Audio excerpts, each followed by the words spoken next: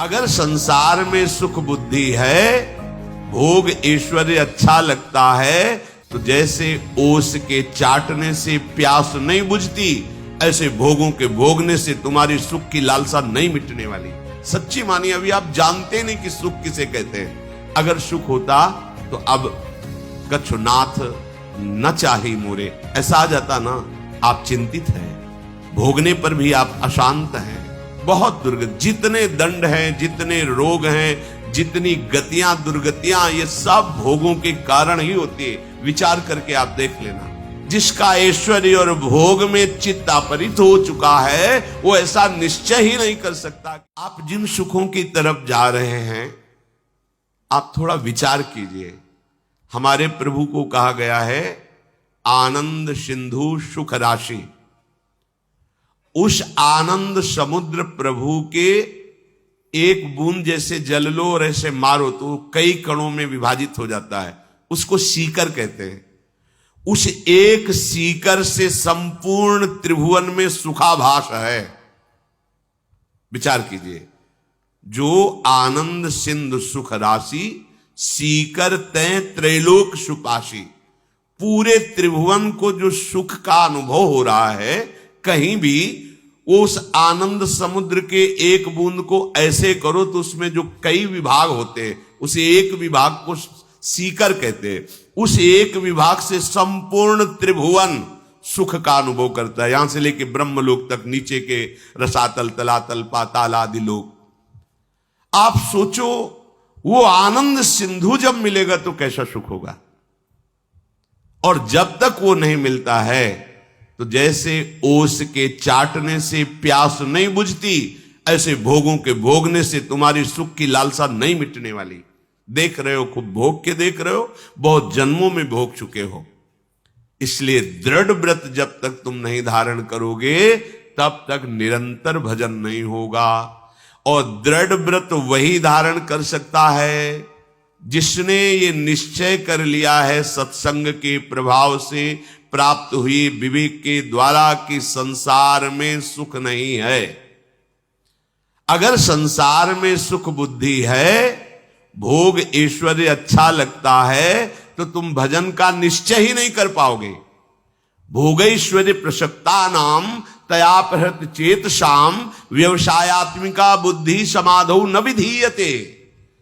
जिसका ऐश्वर्य और भोग में चित्त अपरित हो चुका है, वो ऐसा निश्चय ही नहीं कर सकता कि भजन निरंतर करके भगवत प्राप्ति करना है। समाधौ न विधीयते। भोगैश्वर्य प्रसक्ता नाम तयापहृत चेत शाम। जिसका हृदय, जिसका चित्त भोगों ने अपहृत कर लिया है, वो भजन कर ही नहीं सकता, दृढ़ व्रती हो ही नहीं सकता। इसीलिए आपको लगता है भजन में क्या सुख है, कोई सुख नहीं। जीव एक तरह से कहना अपमान है, ध्यान देना। शरीर के आसक्ति के कारण मुझ भगवत स्वरूप को जीव कहा गया। जैसे रिक्शा चालक, ए रिक्शा, वो खड़ा हो गया, वो रिक्शा नहीं है, उसने अहम कर लिया है रिक्शा में, तो रिक्शा बोलते ही खड़ा हो जाता है। ऐसे ही देहाभिमानी जीव, ये इसका अपमान है जीव कहना। ये भगवान का विशुद्ध निर्मल निर्विकार स्वरूप है, हम सबका, सबका। जो घोर पापाचरण क्रिया में, उसका भी स्वरूप निर्विकार चिदानंदमय है, पर वो क्रियाओं का कर्ता भाव स्वीकार करने के कारण, भोक्ता भाव स्वीकार करने के कारण वो शरीर को अपना मैं मान लिया, इसीलिए उसको दुर्गति भोगनी पड़ रही है। ना होने पर भी उसे दुख भोगना पड़ रहा है। नित्य युक्ता, मैं प्रभु का हूं, प्रभु मेरे हैं, इस भाव को स्वीकार करके जो प्रभु को प्रणाम करता रहता है, प्रभु का सतत नाम जप करता रहता है, नाम कीर्तन करता रहता है, प्रभु का स्मरण करता रहता है, महासुख में निमग्न हो जाता है। सच्ची मानिए, अभी आप जानते नहीं कि सुख किसे कहते हैं। आपने रुपए को सुख माना, शरीर को सुख माना, भोग सामग्रियों को सुख माना, पर आप देखो ना, अंदर से आप चिंतित हैं, भोगने पर भी आप अशांत हैं। भोगते हुए इतना समय व्यतीत हो गया, पर भोग की वही तृष्णा है, उसी को भोग रहे हैं, पर बार बार भोगने की इच्छा। अगर सुख होता तो अब कछुनाथ न चाही मोरे, ऐसा आ जाता ना कि मैं जो चाहता था मिल गया। वो भोगों में नहीं, वो तो भोगों से हटने में है।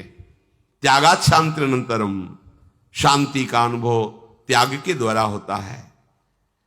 जब तक हमारे अंदर भोगों की भोगने की प्रबल लालसा है तब तक बहुत दुर्गति है। अभी आप समझ नहीं रहे हैं, बहुत दुर्गति। जितने दंड हैं, जितने रोग हैं, जितनी गतियां दुर्गतियां, ये सब भोगों के कारण ही होती है। विचार करके आप देख लेना।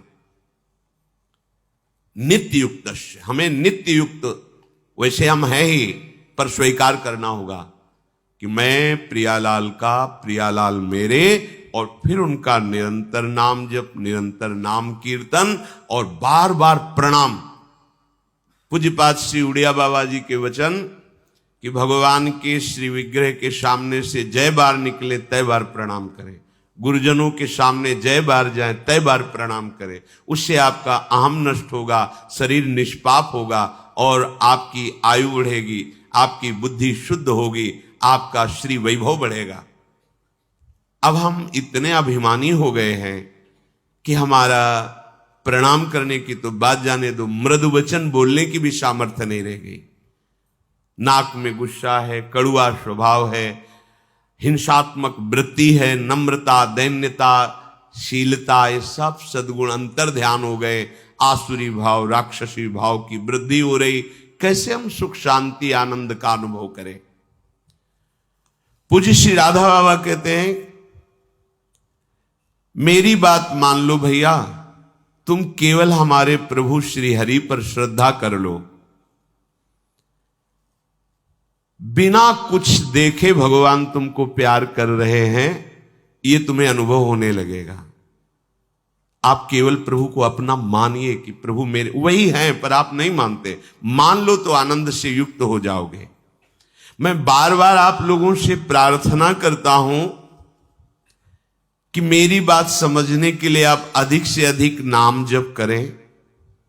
बड़े बड़े संत महात्माओं से मिला हूं, उनका यही अनुभव है कि जो जितना अधिक भजन करेगा उतनी जल्दी ही वो दुखों से हट करके आनंद में डूबेगा।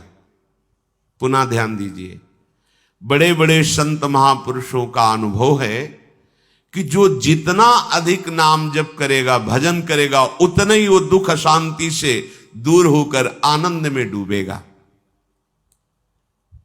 प्रभु में श्रद्धा इतनी बढ़ाओ कि वो प्रेम रूप धारण कर ले और मेरे हृदय में लगन लग जाए कि अब मुझे भगवान के दर्शन करने हैं, क्योंकि उनके दर्शन का ऐसा फल है फिर कभी स्वप्न में भी दुख नहीं मिल सकता, आ ही नहीं सकता, दुख आ ही नहीं सकता।